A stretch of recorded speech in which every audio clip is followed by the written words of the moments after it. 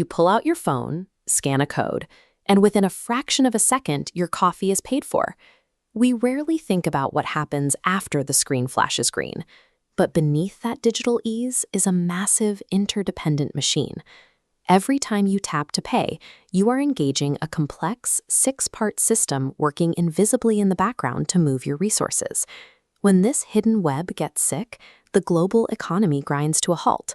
We saw it during the Great Depression, when physical bank runs wiped out entire life savings overnight, and again during the 2008 financial crisis. To protect your money, and to figure out how to actually make it grow, we have to look past the top-level digital screen and understand the machinery operating underneath. The foundation of this machine is money itself. It has evolved from gold, silver, and the shell beads of wampum belts in the 1600s to the paper currency and electronic funds we use to pay for purchases and store wealth. Next are financial instruments. These are the tools, like stocks, bonds, and mutual funds, that transfer resources from savers to investors. They also shift risk to the people who are best equipped to bear it. To buy and sell those instruments, you need financial markets. What used to take place in coffeehouses and taverns is now an organized, mostly electronic arena where millions of transactions are processed instantly. Of course, you can't just walk onto the trading floor. You interact with financial institutions.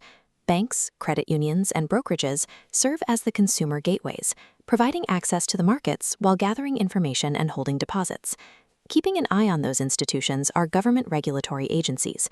Introduced largely in response to the Great Depression, they examine the systems banks use to manage risk and ensure the entire network operates safely. Finally, sitting at the top are central banks. They act as the ultimate macro layer, monitoring financial institutions and controlling the availability of money and credit to keep inflation low and the economy stable. Together, these six components — money, instruments, markets, institutions, regulators, and central banks — form the physical and institutional hardware of the modern financial world. But hardware is useless without software. Running underneath all of this is an invisible operating system made up of 5 core principles. First is time. Time has value. When you lend your money out, you are giving up the ability to use it today. Interest is the mathematical compensation paid to lenders for the time borrowers hold their funds. Second is risk. In a world of uncertainty, individuals demand compensation for taking chances. The higher the uncertainty of an investment, the bigger the potential payout must be to justify it. Third is information. The collection and processing of data is the foundation of the financial system. Having accurate information is what allows markets to function and helps in reducing the cost of every transaction you make. Fourth is markets. They are the core mechanism that determines prices. By bringing buyers and sellers together efficiently, well-developed markets channel and allocate resources where they are needed most. And fifth is stability. A stable economy reduces risk and improves everyone's welfare. Historically, stable systems grow much faster than volatile, unpredictable ones. Mastering these 5 principles demystifies the chaos. It explains exactly why money moves, how wealth grows, and why global markets occasionally crash. So, what does this mean for you? The connection between the macroeconomy and your personal wallet comes down to the 3rd principle we just covered: information. Because data powers this massive global engine, your personal information is a highly valuable, highly targeted commodity.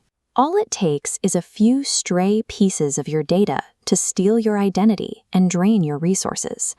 Things that seem mundane, like your birth date, your specific birthplace, your home address, or your mother's maiden name, must be fiercely protected from unsolicited calls and phishing attempts.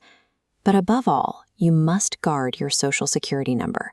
It is the primary data point targeted for identity theft because it links your legal identity to your credit and bank accounts.